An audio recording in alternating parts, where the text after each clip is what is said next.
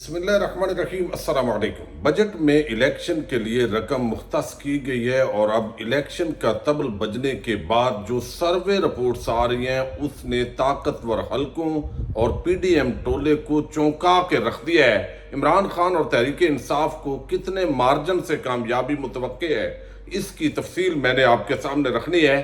London کے اندر نواز شریف اور جہانگیر ترین کی ملاقات کا بندوبست کیا جا رہا ہے اور ایک سابق صحافی ہیں، آج کل وہ کسی اور ڈپارٹمنٹ میں ہیں، ان کی نوکری پر اس وقت پیپلز پارٹی اور نون لیگ کے مابین ایک جنگ شروع ہے۔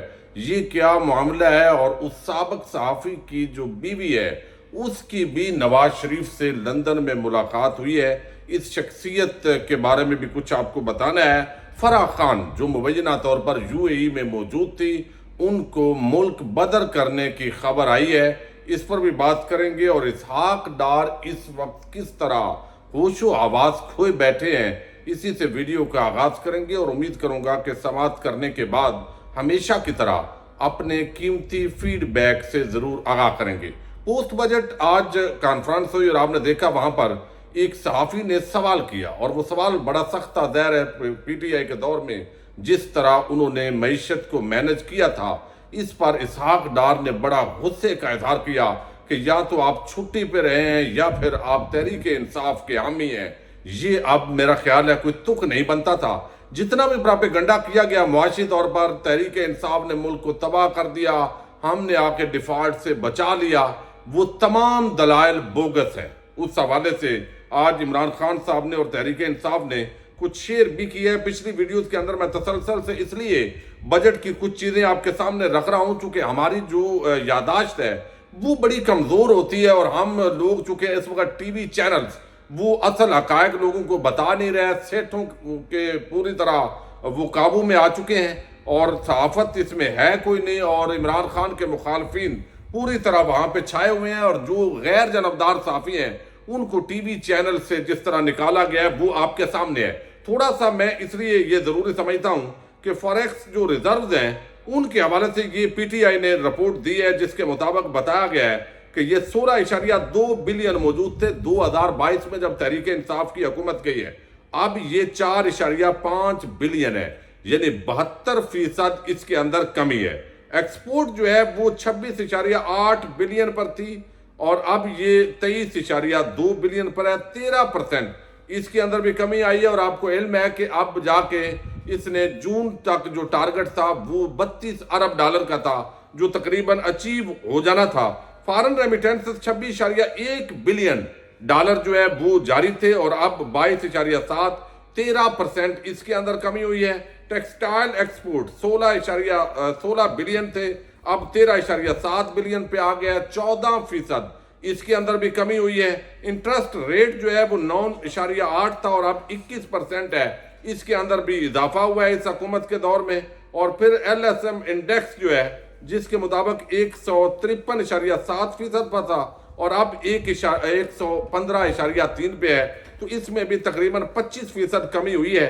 ایکسچینج ریٹ وہ 178 کا ڈالر مل رہا تھا اور آج 287 روپے کا ڈالر ہے، تو یہ تقریباً 187% اس کے اندر جو ہے 60% اضافہ ہوا ہے۔ اسی طرح جو مہنگائی ہے اس میں 187% اضافہ ہوا ہے، یعنی مہنگائی میں 187% اضافہ ہوا ہے اور پینشنز میں 17% اضافہ اور تنخواہوں میں 30% اضافے پر اب ڈھولک بجایا جا رہا ہے۔ اس کے ساتھ جو ہے وہ پیٹرول پرائسز 150 روپے لیٹر تھی، اب 270 پہ ہے، 80% اس میں اضافہ ہوا ہے۔ ڈیزل کے اندر بھی 78% اضافہ ہوا ہے۔ فلور آٹا 59 روپے کلو مل رہا تھا اور اب 136 روپے کلو ہے، اس میں 130% اضافہ ہوا ہے۔ رائس جو چاول ہے 103 روپے کے جی تھا، اب 202 ہے، اس کے اندر 95% اضافہ ہوا ہے۔ گھی جو 468 روپے مل رہا تھا وہ 603 روپے 29% اضافہ ہے۔ اسی طرح جو ملک ہے دودھ 117 روپے لیٹر، اب 170 45% اس میں بھی اضافہ ہوا ہے۔ تو اب یہاں جو آپ نے ریٹ بڑھا دی ہے 70%، 7%، 50%، ان میں سے اگر آپ 10% ابھی کنسیشن دے رہے ہیں، جو مہنگائی کا طوفان آپ نے مصنوعی طور پر بپا کیا، حالانکہ اس دور میں انٹرنیشنل جو مارکیٹ ہے وہاں پر جو آئل پرائسز تھی وہ تقریباً جو ہے $120 پہ فی بیرل پہ تھی، اور اب وہ 70 80 85 90 کے گرد گھومتی رہی۔ اس کے باوجود آپ نے مہنگائی کی۔ تو اس سوال کا جو جواب ہے وہ اسحاق ڈار کے پاس نہیں ہے۔ جو بھی غیر جانبدار صحافی اس طرح کا سوال کرتا ہے تو وہ ایسے ہوش کھویا ہوا ہے کہ اس کو کچھ سمجھ نہیں آتی۔ اور پھر جو یہ بجٹ ہے، میں صرف آخری بات آپ کے سامنے ضروری سمجھتا ہوں، اس کا بڑا زبردست تجزیہ کیا گیا ہے آسان زبان میں، کہ آپ 1000 کو 1 ارب کی جگہ پر رکھ کر دیکھیں کہ 1 جولائی 2023 سے 31 جون 2024 تک پاکستان کا کل خرچہ 14,460 ارب روپے ہے۔ یعنی اب یہ ارب پہ بات کر لیتے ہیں، جب کل آمدن 7,536 ارب روپے ہے۔ اب 14,460 میں سے 7,536 نکال دیں تو باقی بچے گا 6,924 روپے، یعنی یہ 6,924 روپے کے خسارے کا بجٹ ہے۔ اور آگے اس میں سے آپ نے پے کر دینے ہیں دفاعی اخراجات اور باقی، تو ٹوٹل 233 آپ کا جو ہے، یعنی سود سمیت جو آپ نے رقم دینی ہے اس کے اندر سے آپ 233 روپے آپ کے پاس ارب روپے بچیں گے۔ اس میں آپ کیا کچھ کر لیں گے؟ تو ایک بالکل اعداد و شمار کا یہ ہیر پھیر پیش کیا گیا ہے جو اب پوری طرح پس گیا ہے۔ دوسری طرف فرح خان جو ہے، آپ کو علم ہے کہ وہ جو ہے عمران خان صاحب کی جو اہلیہ ہیں بشرا بی بی، ان کی وہ سہیلی ہیں، اور یقیناً اس معاملے پر جو القادر ٹرسٹ کیس ہے اس کے اندر ملک ریاض نے یہ زمین کیوں دی، یہ ابھی تک بھی معمہ ہے۔ آخر اس نے اتنی سخاوت یہاں کیوں کی ہے، اس کے اندر ابھی تک بھی تحریک انصاف کی طرف سے کوئی عام ایسا جواب نہیں آیا جس کو جسٹیفائی کیا جا سکے۔ اب یہاں پر جو ہے وہ کامران شاہد نے یہ دعویٰ کیا ہے کہ عمران خان اور بشرا بی بی کی مبینہ فرنٹ مین یہ فرح گوگی کو اماراتی حکومت نے UAE بدر کر دیا ہے، جس کے بعد وہ اٹلی چلی گئی ہیں، اور کہا گیا ہے کہ فرح گوگی جو پاکستان سے فراغ ہو کر دبئی میں مقیم تھی، ان کو UAE حکام نے ملک بدر کیا ہے۔ اب وہ اٹلی گئی ہیں اور وہاں وہ سیاسی پناہ حاصل کر رہی ہیں، اور یہ ساری چیز جو ہے وہ بیان کی گئی ہے۔ اب اس خبر کی میں یہاں UAE کے اندر تصدیق کرنے کی کوشش کر رہا ہوں، آپ کے سامنے رکھوں گا۔ دوسری طرف جو ہے وہ ایک اور معاملہ بھی ہے، وہ یہ کہ جہانگیر ترین نے جماعت بنائی، لیکن وہ جماعت جس طرح عوام کا رد عمل آیا، اور اس رد عمل کا نتیجہ یہ ہے کہ آج چودھری سرور جو مسلم لیگ کاف کا پنجاب کا صدر ہے، اور اس وقت پوری کاف لیگ اصل میں جو ہے وہ چودھری سرور چلا رہے ہیں، کچھ لوگ ان کے پاس گئے ہیں، آج انہوں نے اس کو باقاعدہ تسلیم کی ہے، حالانکہ وہ مخالف جماعت کے اندر جا چکے ہیں، کہ ووٹ بینک جو ہے وہ عمران خان کا ہے۔ پنجاب کے حوالے سے ایک اس جماعت کے رہنما نے خود یہ بات کی ہے، ذرا سنیں۔ اس کا کردار ہوگا یا انڈیویجولز پک اینڈ چوز کیے جائیں گے؟ دیکھیں، میرے اپنے خیال میں تو جیسے پنجاب ہے، پنجاب میں ہم جو مرضی کر لیں، جو پاپولر ووٹ ہے وہ PTI کا ہے یا مسلم لیگ نون کا ہے، باقی تو سارے سپائلر، باقی وہ کہتے ہیں سارے سپائلر ہیں۔ تو ایک مخالف امیدوار جو ہے وہ ایک جماعت کا جو رہنما ہے وہ بھی اس بات کو تسلیم کر رہا ہے کہ ووٹ بینک اگر پنجاب ہے تو یا وہ تحریک انصاف کا ہے یا نون لیگ کا ہے، تو ان کے مابین مقابلہ ہونا ہے۔ تو جہانگیر ترین جو ایک جماعت بنا کے کھڑے ہیں، جو الیکٹیبلز کا گروہ ہے، یا تو دھاندلی کے ذریعے جیسے بدماشی کے ذریعے سیٹیں لی جاتی ہیں وہ لی جائیں گی، ورنہ اس کے لیے اور کوئی معاملہ نہیں ہے۔ اب جہانگیر ترین جو ہے ان کی اور نواز شریف کی لندن میں ایک ملاقات ہونے جا رہی ہے، اور اس ملاقات پر اس لیے نظریں جمی ہوئی ہے کہ یا تو جس طریقے سے خواجہ آصف نے بات کی، جیسے عطا تارڑ نے بات کی، یہ آپس میں سیٹ ایڈجسٹمنٹ کریں گے، چونکہ ان کے پاس اب کوئی اور راستہ نہیں ہے، اور یہ سیٹ ایڈجسٹمنٹ بھی مشکل ہو جائے گی۔ اس کی وجہ یہ ہے کہ آپس کے اندر اگر یہ ایک دوسرے کا مقابلہ کریں گے بھی تو کس نعرے کے ساتھ کریں گے؟ ان کے پاس کوئی بیانیہ نہیں ہے، یعنی یہ سارے اسٹیبلشمنٹ اور پرو اسٹیبلشمنٹ لوگ ہیں۔ تو دوسری طرف جو ہے وہ ظاہر اینٹی اسٹیبلشمنٹ بیانیے کے ساتھ جس طرح تحریک انصاف کو ٹارگٹ کیا جا رہا ہے، انتقامی کارروائیاں ہو رہی ہیں، جس طرح عورتوں کو، مردوں کو، بچوں کو نہیں چھوڑا جا رہا، اور ایسے لگ رہا ہے کہ ڈنڈے کے ذریعے یہ پورا ملک جو ہے اس کو چلایا جا رہا ہے، اور عوام رہے نہ رہے لیکن بدماشی قائم رہنی چاہیے۔ اب اس کا الٹا ایک رد عمل پیدا ہو رہا ہے۔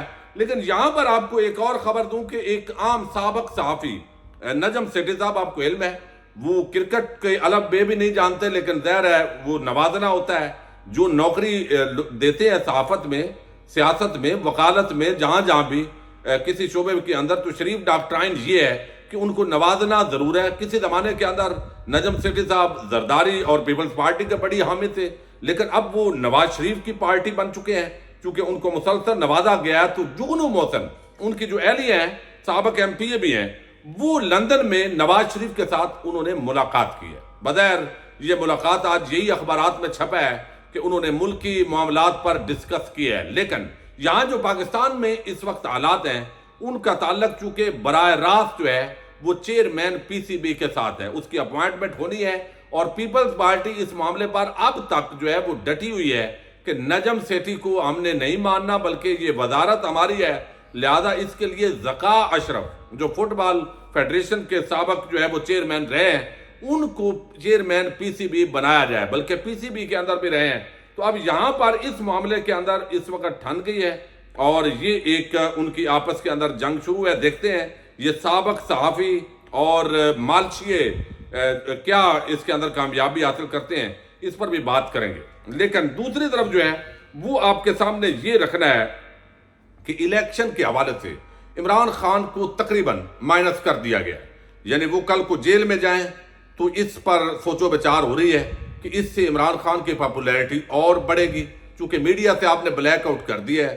یا اگر فوجی عدالت میں ٹرائل ہوتا ہے تو لوگوں کے اندر اور زیادہ انتقامی جذبہ پیدا ہوگا ریاستی اداروں کے حوالے سے، بجائے اس کے کہ زبردستی کے اشتہارات اور فرمائشی جو کمپین ہے اس کو پیسے کے زور پر چلائی گئی کمپین یا طاقت کے ذریعے چلائی گئی کمپین جو ہے وہ کچھ بھی نہیں کر پا رہی.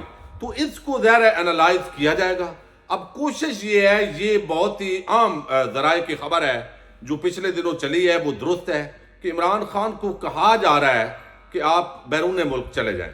انہوں نے انکار کر دیا اس سفر پر.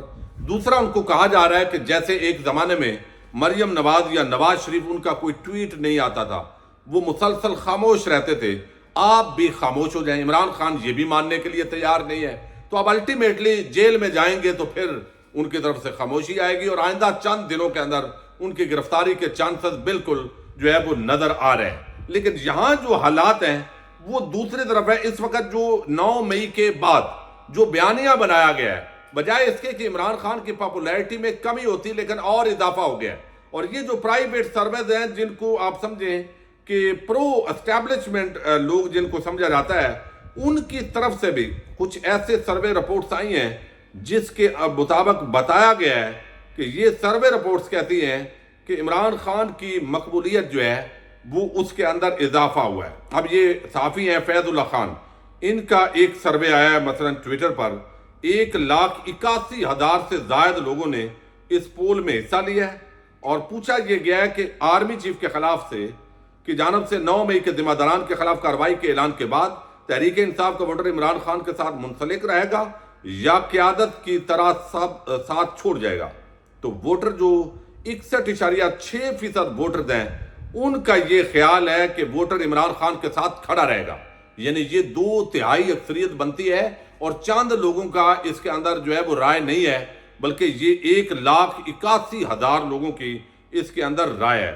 پھر وہ کہتے ہیں کہ یہاں اختتام انہوں نے کیا ہے کہ یہ ایک اچھا پول ہے. 38% لوگوں نے کہا ہے کہ ووٹر عمران خان کو چھوڑے گا. دوسری طرف اور بھی بہت سارے ایسے پول ہوئے ہیں جس کے مطابق، یعنی ایسے بھی لوگ ہیں جو باقاعدہ آپ سمجھیں کہ جو ہمارے طاقتور حلقے ہیں ان کے قریبی لوگ ہیں، انہوں نے بھی جو سروے اس وقت مرتب کیے ہیں ان کے مطابق بھی عمران خان اس وقت 2/3 اکثریت سے زائد پر جا رہے ہیں. اگر اس وقت تک جو انتقامی کارروائیاں ہو گئی ہیں، فری اینڈ فیئر الیکشن ہو، تو عمران خان کلین سویپ کر رہا ہے اور یہ سارے ہار رہے ہیں. تو یہ ساری چالیں الٹی پڑ رہی ہیں اور اس وقت یہ پی ڈی ایم کے حلقوں کے اندر اور جو ہماری اسٹیبلشمنٹ ہے ظاہر ان کے حلقوں میں بھی اس سارے معاملے کو انالائز کیا جا رہا ہے کہ اگر لوگوں کو مزید گرفتار کریں گے، ڈنڈے کے زور پہ رکھیں گے، وقتی طور پہ دبائیں گے، تو الٹیمیٹلی ایک نفرت پیدا ہوگی اور یہ جو الیکشن میں ساری جماعتیں ہیں ان کو لے دے جائے گی. ظاہر ہے الیکشن میں ویسے بھی دھاندلی کرنی ہے. دھاندلی کا پہلا ثبوت یہ ہے کہ تحریک انصاف کو ایلیمینیٹ کر دیا گیا ہے تاکہ مقابلے والی جماعت ہی نہ رہے. تو مزید ڈپٹی کمشنر سے لے کر جب ساری انتظامی مشینری وہ اپنے کنٹرول میں ہوگی تو الیکشن دھاندلی سے جتوا بھی لیں گے تو حکومت اگلی نہیں چل سکے گی. یہ اس وقت بہت ساری چیزیں ہیں جو ہو رہی ہیں، تو سروے رپورٹس جو ہے وہ تحریک انصاف کی فتح کا طبل بجا رہی ہیں، اور الیکشن کا جو فنڈ ہے وہ مختص کر دیا گیا ہے۔ اسحاق ڈار نے بھی کہا ہے الیکشن ہوگا، اور پیپلز پارٹی نے بھی کہا ہے کہ لازمی الیکشن وقت پر ہوں گے۔ اجازت دیجیے گا، اللہ حافظ۔